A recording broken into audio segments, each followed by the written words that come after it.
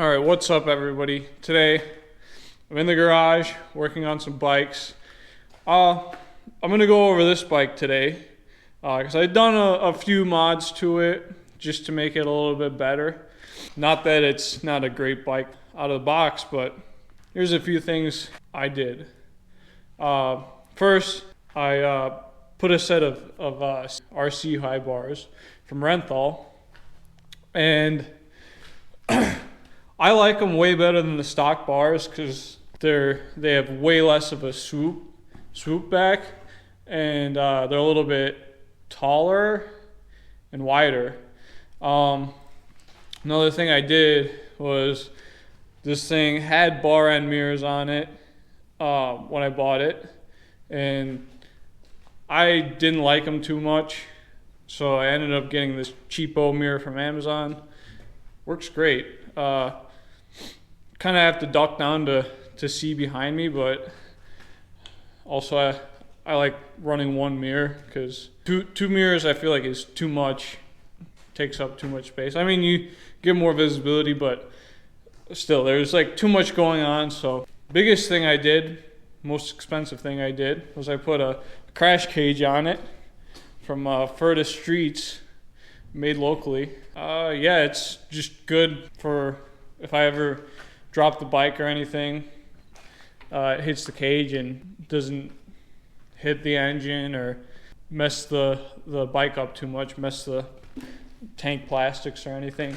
I do plan on getting a 12 bar sub cage set up in the future, but the guy who makes these cages said that he's still gotta get materials and have time to make the cage, so I'm waiting on that. Another thing I'm putting on it is going to be this short lever, this easy pull. It's not an RSC lever, but if this thing doesn't work out, I am most likely gonna be getting an RSC lever because that seems to be what everybody runs on their bikes and that they absolutely love. Another thing I plan on doing to this bike is probably getting a rear set with better shifter and better pegs, brake lever and that kind of stuff, or brake thing and that kind of stuff, because these are stock and kind of dinky and whatever. But all the other stuff that was done to it, like the axle sliders and the exhaust, was already on the bike. Air filter. I don't know how I feel about having this open of an air filter on this bike with, obviously I don't have the most perfect driveway.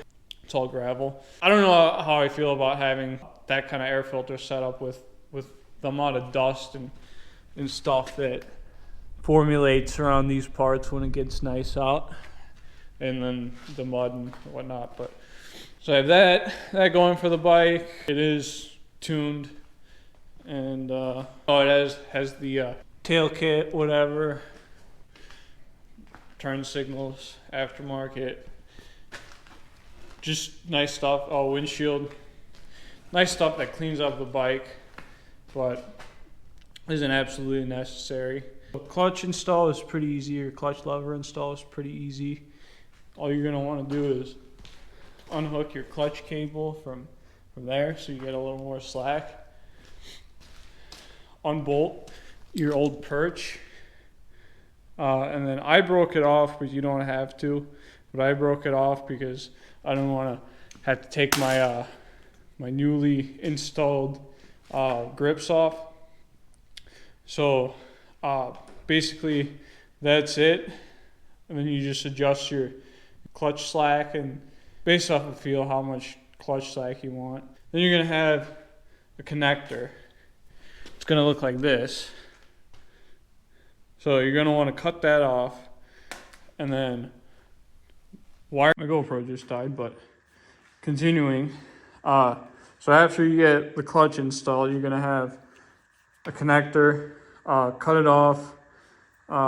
Strip these wires back, because this is your basically like your neutral safety switch. You're not going to be able to start your bike in gear with a clutch pulled in, if you have this disconnected. I'll give you an example. So turn this on. First gear, pull the clutch in, won't start. You connect them together, kickstands up.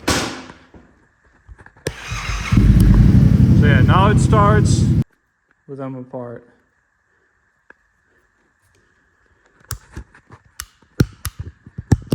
Nothing. Put them together, and then magically starts. So yeah, there you go. That's all you gotta do. Just wire them properly together. Get like butt connector, solder it, heat shrink it, and you'll be good. And there you go. Zip tied, electrical tape, butt connector, and it's out of the way. Isn't even noticeable. Now you get yourself nice, easy pull lever off Amazon. And yeah, hope it works fine. Probably test it out later, but easy and simple, 5-minute job, whatever. So this is my CR80 that I bought a few months back. The guy said it needed a stator in it, but I put a stator in it. It has good spark now, but it doesn't run now unless you start it off of some starting fluid. And even if you do that, it won't stay running. It'll just sputter out. It won't idle at all. So I'm debating whether it's blown up or whether it's leaking compression somewhere. The easiest way to check if it's blown up is to take the exhaust off and to look through the exhaust port to see if there's any scoring marks on the piston or cylinder walls. So that's what we're gonna do here quick. And it's gonna determine whether I put a piston in it or whether I need to keep looking. And my GoPro's still acting up, but anyways, yeah, I need to see if this thing's blown up to diagnose whether I need a piston or something else to get it to run. I mean, when I did have it running, anything besides idle, it seemed like it was fine. I mean, the car did need some tuning. It had Electron on it before, but I removed that and put the stock Keen, whatever. Ever since I did that, it wouldn't run at all, even off of starting fluid. So, yeah, let's take this exhaust off and then take a look inside there and see if the engine can tell us any signs of it being blown up. I also put reed valves in it, thinking that might be the issue. I don't know, maybe I screwed them back up. It kept backfiring when I was kicking it, so I thought maybe the reeds, and also a little tip off my buddy gave me that the crank seal on the flywheel side, since it wasn't blowing any oil out the back, it shouldn't be on the other side of the case, on the clutch side. On the flywheel side, it did have the seal kind of out, and I did install a new one, but it still doesn't start. So I don't know, maybe the seal fell out again. We'll see that. So basically, after pulling the exhaust off, you can immediately tell that there's a ton of scoring. You can even see a chip on that piston, on the top of that piston. So I'll screw it up inside there. Yeah, basically that piston's done for. So I was afraid of this, but it is what it is. And luckily, two strokes are very easy to rebuild. So all I'm gonna have to do is drain all the coolant, take this carb off, and take these 4 bolts out. And I should be able to get to the piston. Here you go, that's what the piston looks like out of the CR85. All this scoring, and then this chip up top would have definitely caused it to lose compression. Yeah, all you gotta do is take the cylinder head off. Take the cylinder head off.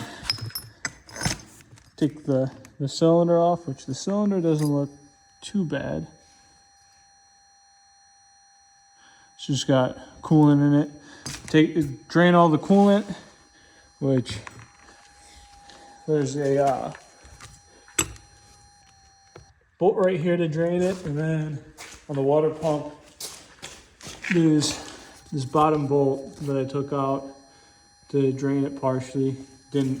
Oh well, I think this is the drain, so. But I drained it out of here.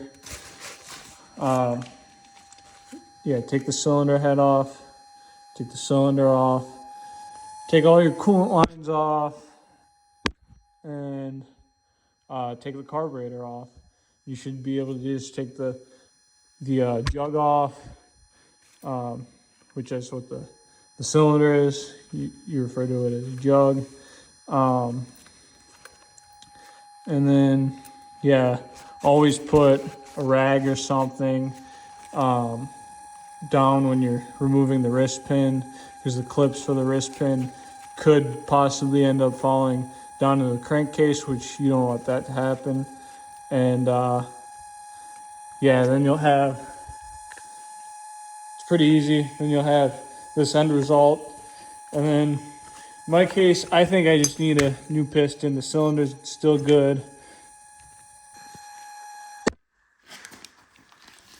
Yeah, as you can see, the cylinder itself doesn't look horrible. I mean, just barely scratched up, but